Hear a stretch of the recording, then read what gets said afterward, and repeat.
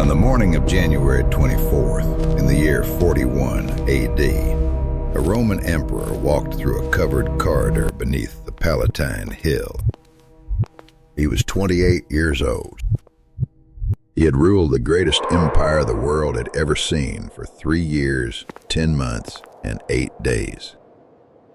He would not reach the end of that corridor alive. The men who killed him were not enemies from outside the gates. They were not foreign soldiers. They were his own Praetorian Guard.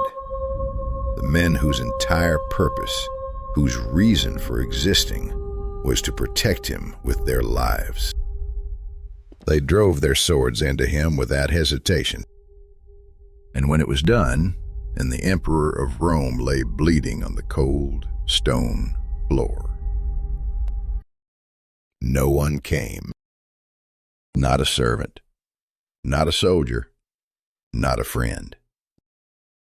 The corridor was silent. I have thought about that silence many times. Because power attracts people. That is what power does. It gathers voices and loyalty and fear and all the things that keep a man surrounded.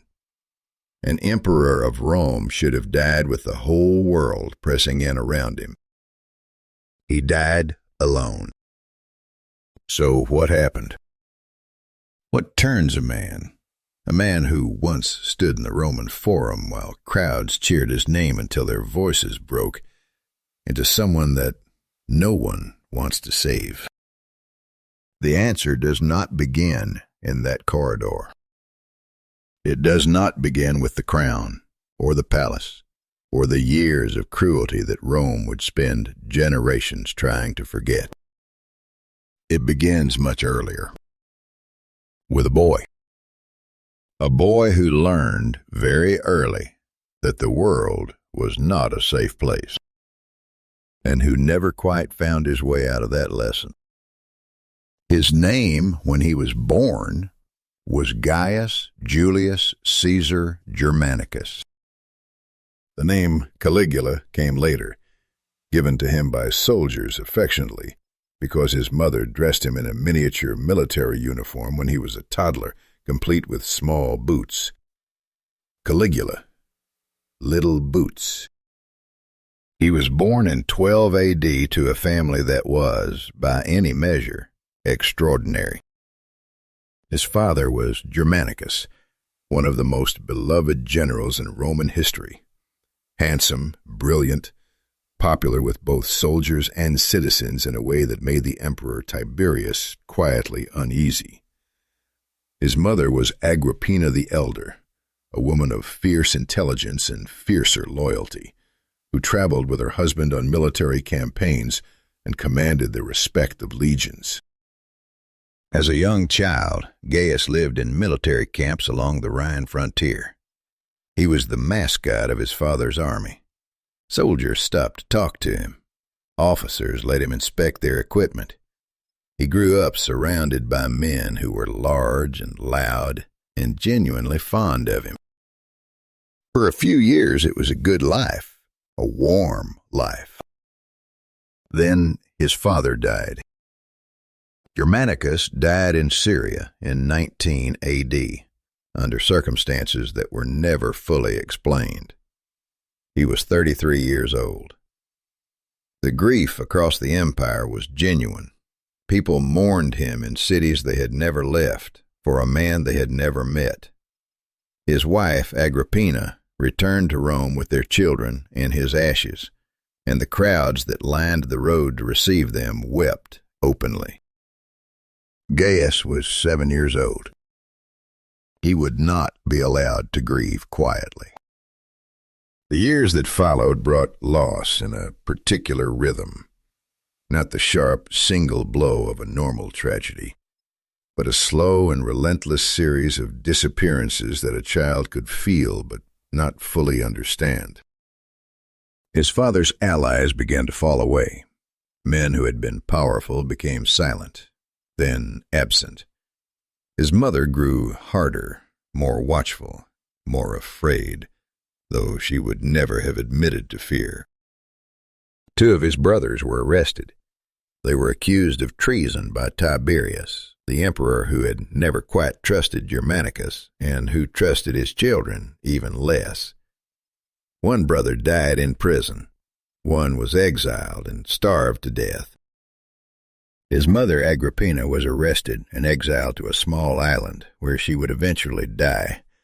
Some said by starvation, some said by her own choosing. She was a woman who would not be broken quietly. Gaius was a teenager when she disappeared. He never saw her again. At an age when most children are learning who to trust, Gaius Julius Caesar was learning something different entirely.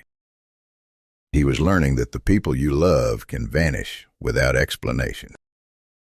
That power is not protection. It is a target. That the safest thing you can do in a world that can take everything from you is to. In 31 A.D., when Gaius was 19, Tiberius summoned him to Capri. The island of Capri sits in the Bay of Naples, beautiful in the way that things can be beautiful when they are also dangerous. Tiberius had ruled his empire from there for years, removed from Rome, isolated by choice or by distrust, surrounded by men who had learned that the only way to survive proximity to the old emperor was to become perfectly, flawlessly unreadable. Gaius arrived on that island as the last surviving male heir of Germanicus. He left 6 years later as something else entirely. On Capri, mistakes were not corrected. They were punished. Quietly, efficiently, permanently. Men who said the wrong thing at the wrong moment found themselves reassigned, then forgotten, then gone. Men who showed too much ambition, or too much grief, or too much of anything that Tiberius had not specifically invited, simply ceased to be present at the next morning's gathering. Gaius watched all of this. He watched faces. He watched the space between words. He watched how men positioned themselves in a room relative to the emperor, how they shifted their weight when a dangerous topic was raised, how they laughed, when they laughed, how long they laughed, when they stopped. He stopped talking too much. He had talked too much as a child, the way children do when they feel safe, and safety was something Capri methodically removed. He stopped showing what he felt, grief, anger, fear. These were things he learned to carry somewhere deeper than expression. He became, by all accounts of the period, a remarkably pleasant young man, agreeable, calm, complimentary toward Tiberius in ways that were just effusive enough to satisfy, and just careful enough to never seem calculated. The historian Suetonius, writing a century later, recorded what an older Roman senator said about Gaius on Capri. There never was a better slave or a worse master. It was not a kind observation, but it was an accurate one. Because what Gaius was building on that island was not character, it was armor. He had learned, through years of watching his family disappear one by one, that survival requires a particular kind of performance, the performance of being exactly what the powerful person in the room needs you to be, no more, no less, with nothing showing underneath. He was very good at it. He had been practicing since he was 7 years old. What that does to a mind, what 6 years of living inside that kind of performance does to a young man's sense of what is real, what is felt, what can be trusted, is not something the ancient sources describe directly. They were not interested in that kind of question. But it is the question that explains everything that came later. There was one exception. Her name was Drusilla, and she was his sister, younger than him by 1 year, born in 16 A.D., and by all accounts the person in Gaius's life who was allowed to see him without the armor. They had grown up together through the losses. Together they had watched their brothers disappear. Together they had said goodbye to their mother and understood, without being told, that the goodbye was permanent. Together they had arrived on Capri and learned the rules of surviving under Tiberius. But between them, the performance was suspended. Ancient sources are careful and sometimes oblique about the closeness of their relationship. The Romans had complicated feelings about what they would and would not record directly. What comes through clearly across sources that were written with very different purposes is that Drusilla was singular to him, not one of several people he trusted. The person. I think about what that means for a young man who had spent years learning not to feel things in visible ways. There would have been evenings on Capri, the sun going down over the bay, the water turning that particular shade of orange that the Mediterranean produces in the late afternoon, when the performance could rest, when a word could be said that meant what it meant, without being weighed first for how it might land, when silence between two people was comfortable rather than tactical. He did not have many relationships like that. He may have had only one. Ancient writers note that when Gaius became emperor, Drusilla was the only person in Rome he seemed to trust without reservation. He gave her honors that had never been given to a Roman woman before. He named her publicly as his heir at one point, an extraordinary gesture in a world that did not extend such recognition to women. He wanted her present. He wanted her visible. He wanted the empire to understand that she mattered. In a world that had taught him that everything can be taken away, she was the thing he could not imagine losing. In a world full of danger, she was the only place he could breathe. That was not a small thing. That was everything. And it meant that when she was gone, what went with her was not just grief. What went with her was the last remaining evidence that he was capable of being known. Tiberius died on March 16, 37 A.D., on the island of Capri. He was 77 years old, and he had been emperor for 23 years, and virtually no one in Rome mourned him. The city had spent 2 decades under a ruler who governed from a distance, who communicated through letters and intermediaries, and the particular dread that comes from authority you can feel but never quite locate. When the news reached Rome that Tiberius was dead and that Gaius, Caligula, was emperor, people poured into the streets. Not in fear, not in uncertainty. In relief. He was 24 years old. He was the son of Germanicus, whom the empire had loved. He had survived everything that had been thrown at his family with his composure intact and his reputation unmarked. He was young and healthy and present, physically present, in Rome, visible, accessible, in a way that Tiberius had refused to be for years. The crowds called out to him. They threw flowers. They lit incense. A senator named Valerius Maximus wrote that the joy in Rome that week was unlike anything he had seen in 30 years of public life. Caligula appeared before the Senate and spoke with a humility that was either genuine or extremely well practiced. It is, at this distance, impossible to say which. He praised the memory of Tiberius while making clear that his own rule would be different. He promised to govern in partnership with the Senate, rather than in opposition to it.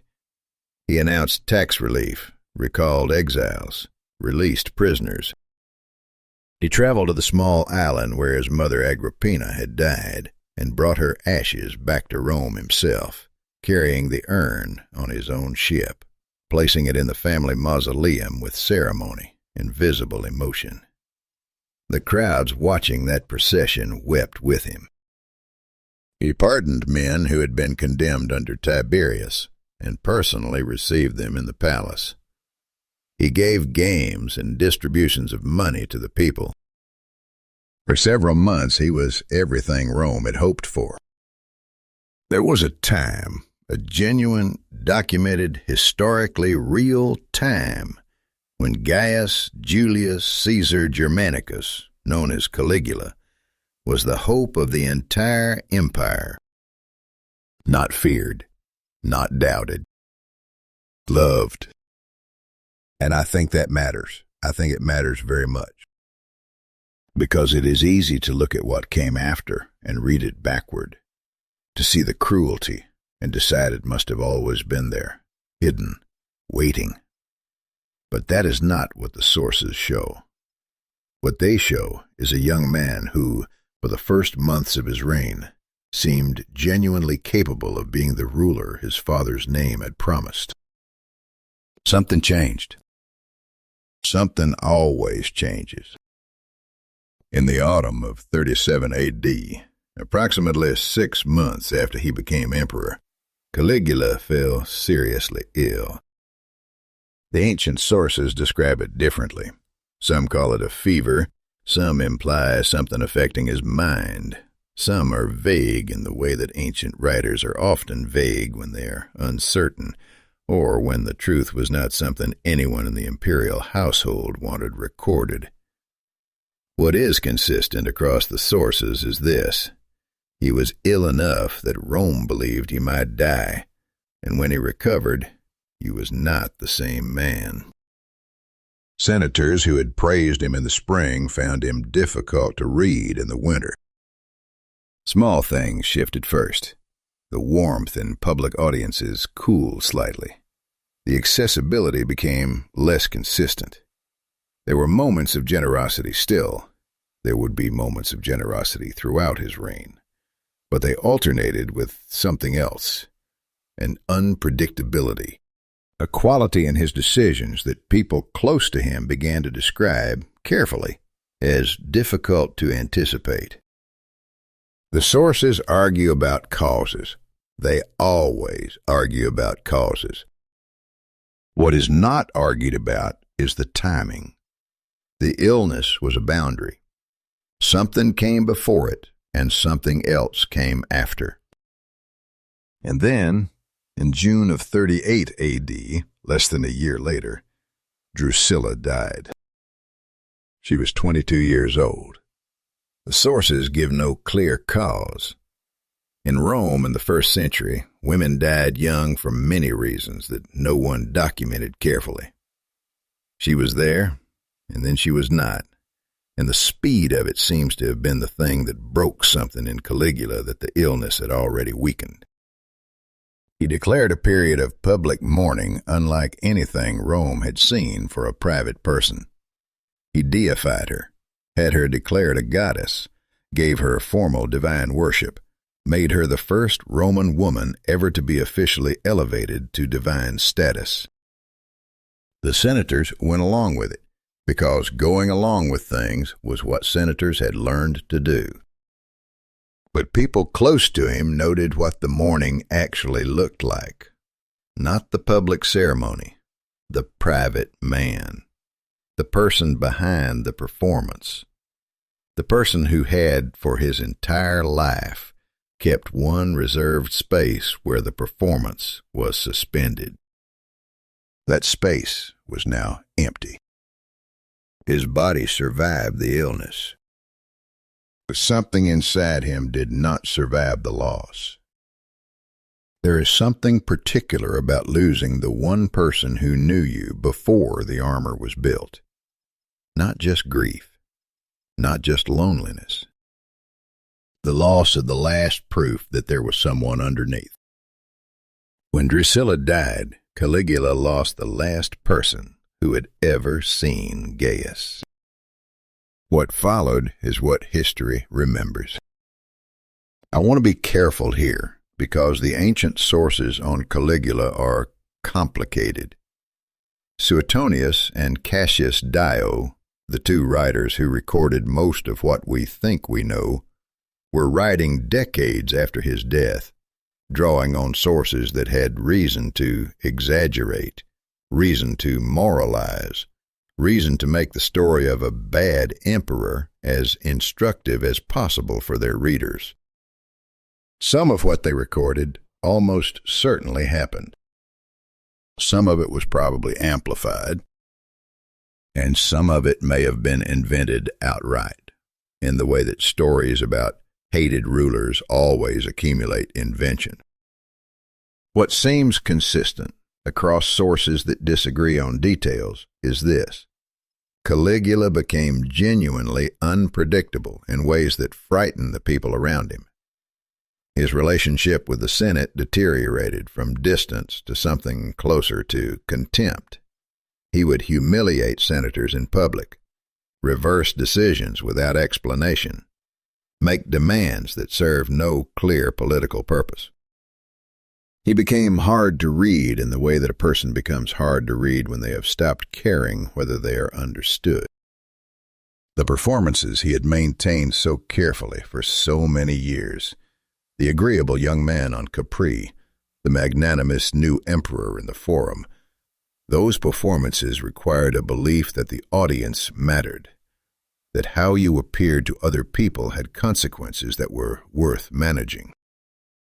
At some point after the illness, after Drusilla, Caligula seems to have stopped believing that. He was no longer afraid. Not because he had become brave, not because he had grown into his power, because he no longer felt himself to be part of the same world as the people around him. And when you are no longer part of the same world, their judgment loses its hold on you. The ancient sources record various extreme acts, claims about his behavior that are shocking, and some of which may be true. I will not list them here because I think the list misses the point. The point is not the acts. The point is the disconnection. A man who had spent his entire childhood learning to read other people, to watch faces, to measure words, to calibrate his performance to the needs of whoever held power over him, had reached a place where that skill was no longer in use. He no longer watched faces. He no longer measured words.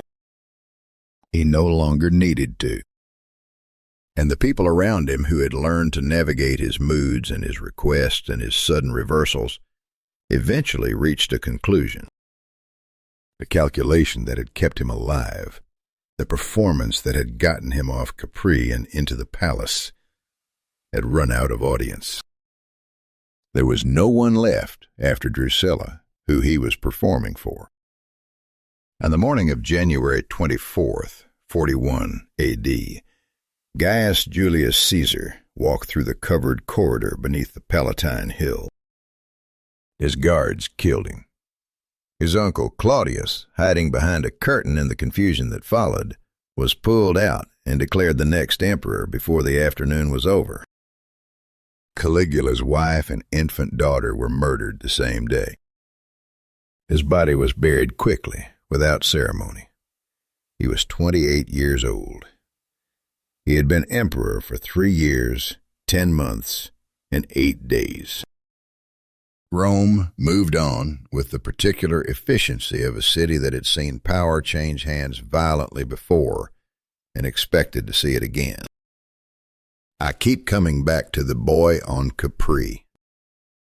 The 19-year-old who arrived on an island governed by a paranoid old emperor and learned over 6 years how to survive by becoming invisible, how to watch without being seen watching, how to feel nothing that could be used against him.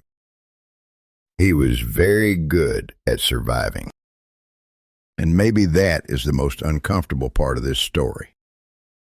Not the cruelty. History is full of cruelty, and it is easy to hold at arm's length. The survival, the adaptation, the way a young mind, threatened early and threatened consistently, learns to do what it must to get through. Because those adaptations do not simply disappear when the threat is removed. They do not dissolve when the crown is placed on your head and the crowds cheer in the street. They have been built into the architecture of the person. They are the person by then. Power does not create a new man. It only magnifies what was already there. And what was already there in Gaius Julius Caesar was a child who had learned too early that love disappears, that safety is temporary, that the only reliable thing in the world is your own ability to make yourself unreadable. He carried that lesson all the way to the throne. And when the last person who had ever known him before the lessons began, when Drusilla was gone, there was nothing left to remind him of who he might have been. Sometimes a child who survives never really escapes.